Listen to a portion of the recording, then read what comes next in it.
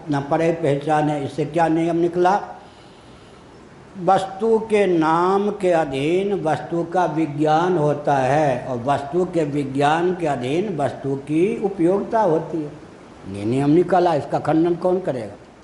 कहा नाम लेत भव सिंधु सुखाही, करहु विचार सुजन मन माही।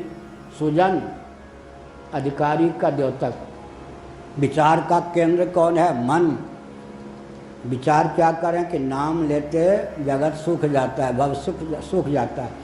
नाम लेत भव सिंधु सुखाई। अब जो जगत को सत्य मानते हैं उनको इस पंक्ति का अर्थ करने के लिए दिया जाए तो क्या करेंगे? मैंने 10 मिनट पहले जो कहा था, सुमरिय नाम रूप बिनु देखे, आवत हृदय स्नेह विसेखे। भले ही भगवान का दर्शन आपको नहीं हुआ, भगवान नाम का आलम्बन लीजिए। तो मैंने विषय को कैसे बढ़ाया था?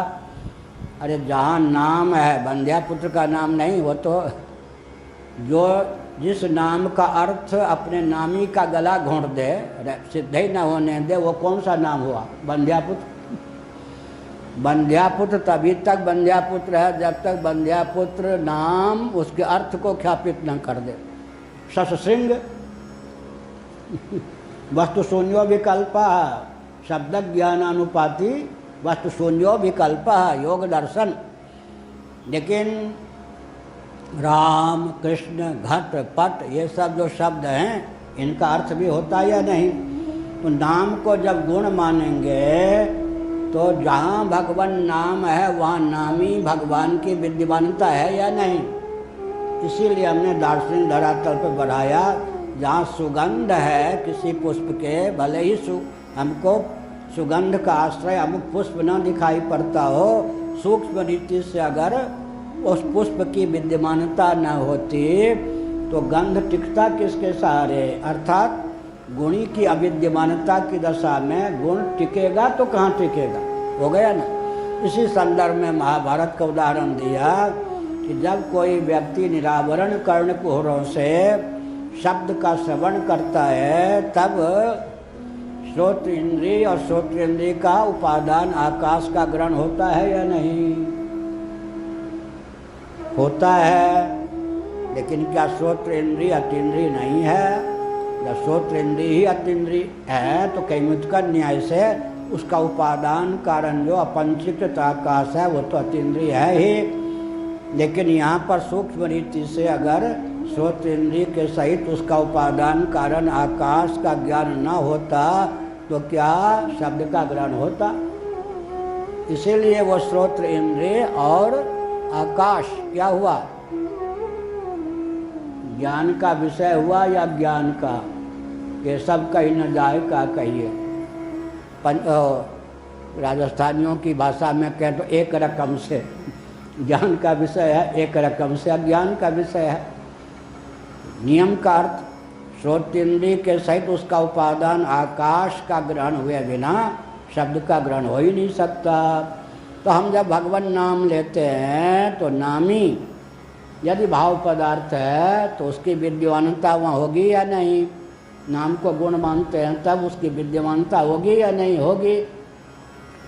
तो नाम लेत भव सिंधु सुखाही, इसका अर्थ क्या होगा? सुमरिय नाम रूप बिनु देखे, आवत हृदय स्नेह विसेखे। नामी भगवान आनंद सिंधु परमात्मा का दर्शन आपको भले ही न हुआ हो, कोई चिंता मत कीजिए। भगवान नाम का उच्चारण कीजिए, जप कीजिए तो भगवान का प्राकट्य किस रूप में होगा जी? स्नेह। स्नेह माने आह्लाद के रूप में। भगवान आनंद स्वरूप हैं, उनके नाम का जप करते करते ज्यों ज्यों जप पुष्ट होगा त्यों त्यों नामी आह्लाद के रूप में, आनंद के रूप में, स्नेह के रूप में प्रकट होता जाएगा। इस विधा से जब हम करेंगे अर्थ नाम लेत भव सिंधु सुखाही तो क्या होगा? नाम लेते लेते लेते लेते भव सिंधु सूखते सूखते सूखते सूखते सूखता है। ज्यों ज्यों नाम लेते रहते हैं त्यों त्यों नामी आह्लाद आनंद किंचित व्यक्त होता जाता है। धीरे धीरे नाम के प्रभाव से जब आनंद की पूर्ण अभिव्यक्ति हो जाती है, आनंद प्रचुर रूप से अभिव्यक्त हो जाता है, तो भव सिंधु सूख जाता है। अब वैष्णवों की भाषा में क्या कहेंगे? भव सिंधु माने आनंद सिंधु में भव सिंधु की भावना हो गई है। लो, वृंदावन में बोलना हो तो कैसे बोलेंगे? नहीं तो लाठी मारेंगे वो लोग, लठमार होली। वैष्णवों के बीच में बोलना हो तो क्या कहेंगे जी? आनंद सिंधु में भव सिंधु की भावना हो गई है, सदा तद्भाव भाविता। सब वैष्णव महाराज ने बहुत अच्छा कहा, बहुत अच्छा। आनंद सिंधु में भव सिंधु का भ्रम, मारेंगे लाठी से। एक उड़ीसा के व्यक्ति के पुरुष थे, वो हिंदी नहीं जानते थे, सेवा में थे। मैं नहीं जाऊंगी लठमार होली, इन्होंने माइक पर दिखा, उस मोबाइल पर दिखा दिया, पर मैं नहीं जाऊंगी, मारेगा मारेगा। महिलाएं मारती हैं वहाँ बरसाने की होली में। मोबाइल से इन्होंने दिखा दिया, तो हिंदी जानते नहीं थे। वो मारेगा, माताओं के लिए मैं मारी जाऊंगी, मैं नहीं जाऊंगी, वो मारेगा। तो हम लोग खूब हंसते थे, बढ़िया निश्चल। उनकी माता बीमार पड़ गई तो माँ की सेवा में है। हमने क्या संकेत किया? भव सिंधु क्या है जी? आनंद सिंधु में भव सिंधु की भावना हो गई है, ये वैष्णव भाषा। आनंद सिंधु में भव सिंधु का भ्रम हो गया है, ये अक्षर वेदांतियों की भाषा। अर्थ में क्या अंतर हुआ जी? आनंद सिंधु में भव सिंधु की भावना हो गई है, घुमा फिरा कर आनंद सिंधु में भव सिंधु अध्यस्त है, अर्थ तो वही हुआ, लेकिन बोलने की विधा क्या है? आनंद सिंधु में भव सिंधु की भावना, ये सार्वजनिक सभा में बोलिए। और आनंद सिंधु में भव सिंधु का विभ्रम। अब थोड़ा लेंगे, उदाहरण क्या तुलसीदास जी ने दिया? नाम लेत भव सिंधु सुखाही, करो विचार सुजन मन माही। मरुभूमि में अपार जल राशि दिखाई पड़ रही हो तो केवल नामी का नाम सुना दीजिए। अरे क्यों डूबने से डरता है? यह तो मरु है, मरुजल है। तो बिना यांत्रिक मांत्रिक तांत्रिक प्रक्रिया के, बिना 2 क्षण विलंब के नाम के प्रभाव से हृदय में क्या होगा? नामी का ज्ञान अवतीर्ण होगा। नामी का जब ज्ञान अवतीर्ण होगा, एक क्षण में भवसिंधु सूख जाएगा या नहीं? तो नाम ने क्या किया? एक क्षण में भवसिंधु सूख गया या नहीं? नाम लेत, तो यहाँ पर अर्थ क्या करना पड़ेगा? जो जगत को मिथ्या नहीं मानते, नाम लेते लेते लेते लेते भवसिंधु सूखते सूखते सूखते सूखते सूखता है। और हमारे यहाँ नाम लेते ही एक क्षण में सूख गया या नहीं? नयम सर्पो रज्जुनियम, लाठी डंडा के बिना ही क्या हुआ? सर्प भाग गया, क्या रहा ही नहीं। तो विवर्तवाद को मानने पर भगवान नाम का महात्म्य एक क्षण में प्रकट हो जाता है। एक व्यक्ति ने कहा, महाराज बरसों हो गए माला फेरते फेरते, माला भी घिस गई, उंगलियां भी घुस गई। तो हमने कहा ठीक है, जपते रहो जपते रहो। आप तो कह रहे थे नाम लेत, हमने कहा वो भी प्रक्रिया है, पर ये इस घाटी को पार करोगे तब।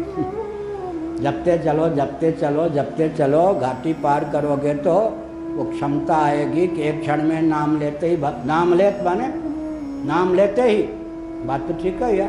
मरुस्थल है, जल नहीं है, या मरुजल, या मरुजल है माने जल नहीं है, मरु है। एक क्षण में सूख गया या नहीं? जगत एक क्षण में सुखा देता है नाम। यहाँ कौन सा नियम निर्धारित हुआ? नामाधीन ज्ञान होता है और ज्ञानाधीन वस्तु की उपयोगिता होती है। तुलसीदास जी महाराज ने नाम का बहुत महत्व लिखा। हमारे अध्ययन का बचपन से दृष्टिकोण क्या है? क्या लिखा, कितना लिखा, इस पर ज़्यादा विचार हम बाद में करते हैं। लिखा किस आधार पर, उसको सोचते हैं। 1000 पृष्ठों में भगवान नाम की बात कहो, 1000 घंटों में कहो, आखिर दृष्टिकोण 2 ही होगा। ये सब विद्या मैं सभा में बता देता हूँ, क्या सभा में बता देता हूँ। मुझे कोई एक क्षण में नहीं प्राप्त हुई है विद्या, समझ गए? मैं तो सभा में बता देता हूँ, रस रहस्य की पराकाष्ठा है। लेकिन बड़ी विचित्र बात यह है कि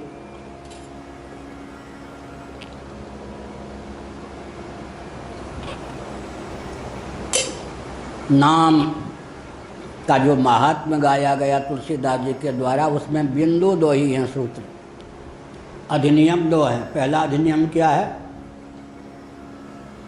रूप विशेष वस्तु बिनु जान, नाम बिनु जाने, करतलगत न परे पहचाने। एक आधार चलाइए, हथेली पर रत्न भले ही हो, लेकिन जब तक नाम का आलंबन नहीं लेते, अमुक यह रत्न है, तब तक उसका मूल्य प्रकट कहाँ होता है?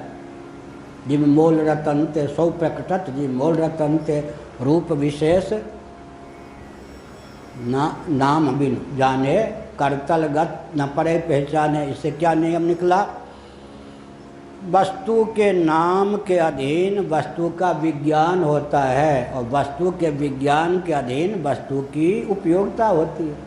ये नियम निकला, इसका खंडन कौन करेगा? दूसरा नियम कहाँ से लिया तुलसीदास जी ने? श्रीमद् भागवत छठा स्कंध, दूसरा अध्याय, अजामिलोपाख्यान। वहाँ क्या कहा भगवान सुखदेव जी ने? वस्तु शक्ति ज्ञान की अपेक्षा नहीं रखती। ये एक नाम का दूसरा प्रकार है। नामाधीन ज्ञान होता है, ज्ञानाधीन वस्तु की उपयोगिता होती है। एक नियम यह हो गया। लेकिन दूसरा नियम क्या है? वस्तु शक्ति ज्ञान की अपेक्षा नहीं रखती। उदाहरण दो दिए गए श्रीमद् भागवत के छठे स्कंद के दूसरे अध्याय में। अग्नि को अग्नि समझकर छू लो तो जले बिना न रहो, आग को आग न समझकर छुओ तो जले बिना नहीं रहो। क्यों? वस्तु शक्ति ज्ञान की अपेक्षा नहीं रखती। दूसरा उदाहरण दिया, अमृत को अमृत समझकर पी लो तो अमर हुए बिना न रहो, अमृत को अमृत न समझकर पी लो तो अमर हुए बिना न रहो। इसमें कौन सा नियम है? वस्तु शक्ति ज्ञान की अपेक्षा नहीं रखती। अब दोनों उदाहरण एक जगह बैठा दें तो क्या निष्कर्ष निकलेगा? एक और नियम निकल आएगा। कस्तूरी का जो मृग होता है, उसे इस तथ्य का कहाँ ज्ञान होता है कि उसके नाभिमंडल में ही कस्तूरी है। मैंने पंजाब केसरी में अखबार है, समाचार पत्र, 15-20 साल पहले पठानकोट में पढ़ा था। मादा मृग के नाभिमंडल में ही कस्तूरी का निवास होता है, पुरुष में नहीं। मादा मृग के नाभिमंडल में कस्तूरी के मृग भी हों तो देवी जो होगी मातृशक्ति, उसी के नाभिमंडल में कस्तूरी का निवास होता है। कस्तूरी के मृग को पता नहीं कि उसी के नाभिमंडल में कस्तूरी है, उसके सुगंध से उसे प्रमोद की प्राप्ति हो रही है। लेकिन वस्तु शक्ति ज्ञान की अपेक्षा नहीं रखती। इस नियम के आधार पर गंध शून्य तृण इत्यादि को सूंघने पर भी उसे गंध की प्राप्ति हो जाती है। लेकिन यहाँ पर ज्ञान का महत्व क्या हुआ? भटकना नहीं बंद होता। लो हो गया ना। वस्तु शक्ति ज्ञान की अपेक्षा नहीं रखती, आमोद की प्राप्ति तो हो जाती है, लेकिन भटकना नहीं बंद होता। जब तक उसको इस तथ्य का ज्ञान नहीं होगा कि हमारे ही नाभिमंडल में कस्तूरी का निवास है, तब तक भटकना नहीं होगा। इसीलिए दोनों नियम चरितार्थ हो गए। वस्तु शक्ति ज्ञान की अपेक्षा नहीं रखती और ज्ञान के बिना भटकना बंद नहीं होता। अब दोनों नियम एक बिंदु पर ला के रख दीजिए तो भगवान नाम का महत्व प्रकट हो जाता है। कितने व्यक्ति ऐसे हैं भगवान के नाम लेने वाले जो भगवान के नाम का अर्थ जानते हो? राम, शिव, ओम आदि 1 करोड़ नाम जापक में एक भी संभवतः नाम का अर्थ जानते हो या न जानते हो? वस्तु शक्ति ज्ञान की अपेक्षा नहीं रखती। भगवान नाम का अर्थ आप जाने न जाने, लेकिन क्या होगा जी? नाम में सन्निहित अचिंत्य शक्ति के प्रभाव से पाप तो जल ही जाएंगे, मन का शोधन हो ही जाएगा। और कहीं आपने नाम का अर्थ जान लिया तो सोने में सुगंध। नाम का अर्थ न जानने पर भी पाप का दाह हो जाएगा, अंतःकरण का शोधन हो जाएगा, कर्म उपासना का फल नाम दे देगा। लेकिन भव सिंधु सूखेगा कब? नाम मंत्रार्थ विज्ञानी जीवन मुक्त, राम मंत्रार्थ विज्ञानी जीवन मुक्तो न संशय। कदाचित राम इस नाम का अर्थ जान लिया तो महावाक्य का अर्थ हो गया। रौ आ मौ एक दिन बताया था, तत्पदार्थ त्वम पदार्थ बीच में आ की मात्रा एकत्व। जो महावाक्य का अर्थ है, जो प्रणव का अर्थ है, वही रामाय नमः का अर्थ है, वही राम इस नाम का अर्थ है। तो हमने संकेत किया, क्या संकेत किया कि भगवान नाम का अर्थ भले ही न जानते हो, भाव को भाव अनख आलस हो, नाम जपत मंगल दिश दस हो। अब अंत में तुलसीदास जी की दृष्टि से क्या कहा गया? भगवान श्री राम कृष्ण आदि का दर्शन तो अवतार काल में भी सबको कहाँ होता है? इतना बड़ा विश्व होता है, भगवान के अवतार काल में भी तो भगवान का दर्शन सबको कहाँ सुलभ होता है? नहीं होता। और नाम तो सबको सुलभ हो सकता है, सभी सुलभ। तो नामी की अपेक्षा नाम सुलभ हो गए या नहीं? सभी सुलभ।